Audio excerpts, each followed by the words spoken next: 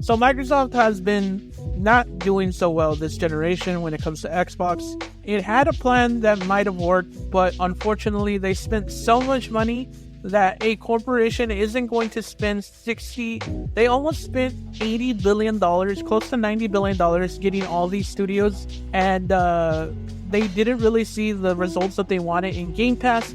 And because of that, they are kind of looking like on the wayside when it comes to Xbox and looking at Game Pass and putting their games on other services.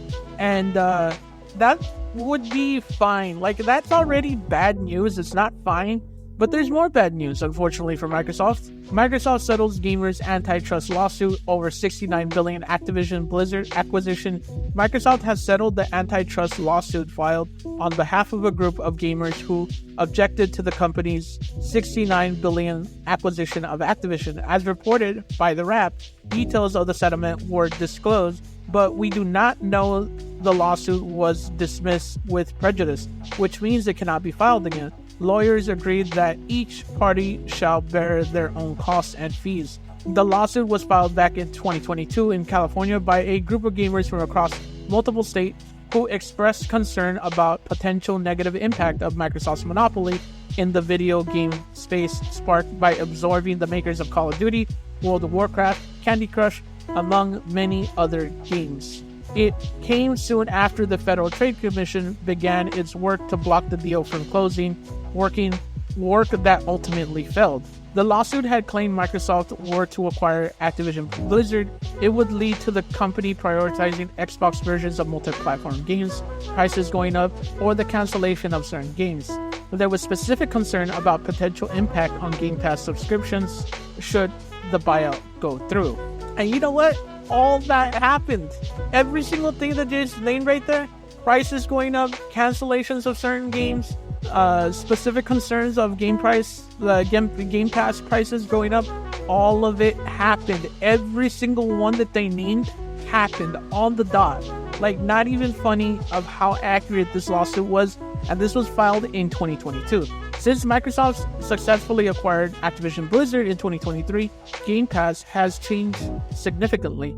It slowly added Activision Blizzard games to the subscription service, with Black Ops 6 set to be the first mainline Call of Duty game to launch on Game Pass Day 1 later this month. But it's also restructured Game Pass itself. Day 1 releases are now a part of Game Pass's revisited basic tier. A big budget ticket games such as Diablo 4, Starfield, and Call of Duty are all reserved for more expensive Game Pass Ultimate or PC Game Pass subscription. Meanwhile, Microsoft has also raised the price of Game Pass, most recently in July when Xbox Pass Ultimate increased from $16.99 to $19.99 per month, which, by the way, is still kind of a steal, but still, prices went up.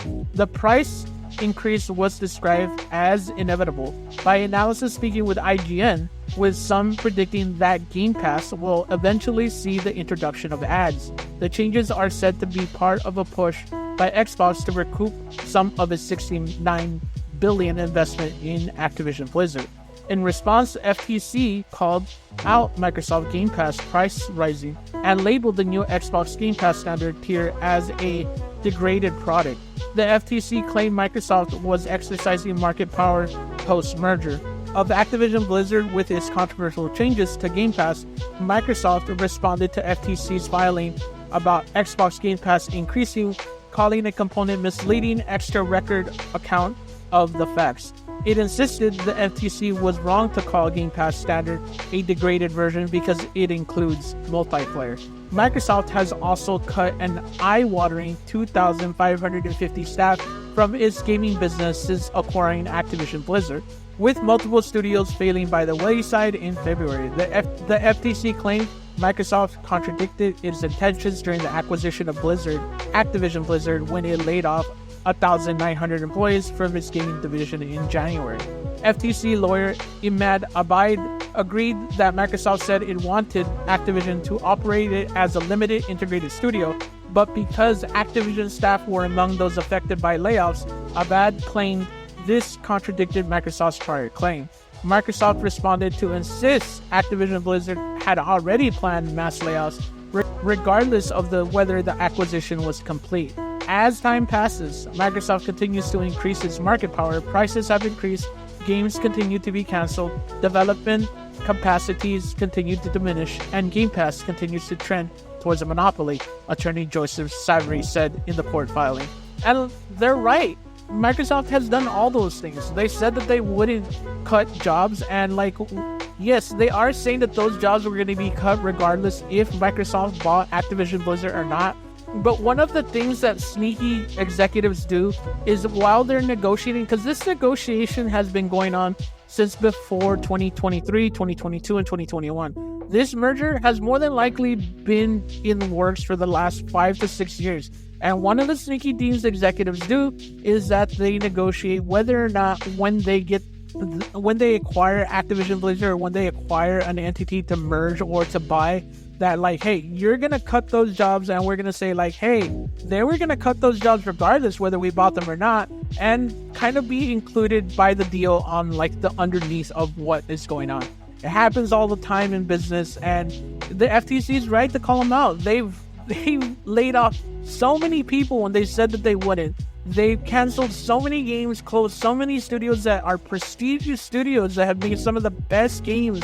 The Prey studio, which is Arcane, the people who make Prey are no longer in existence anymore, and it's kind of sad.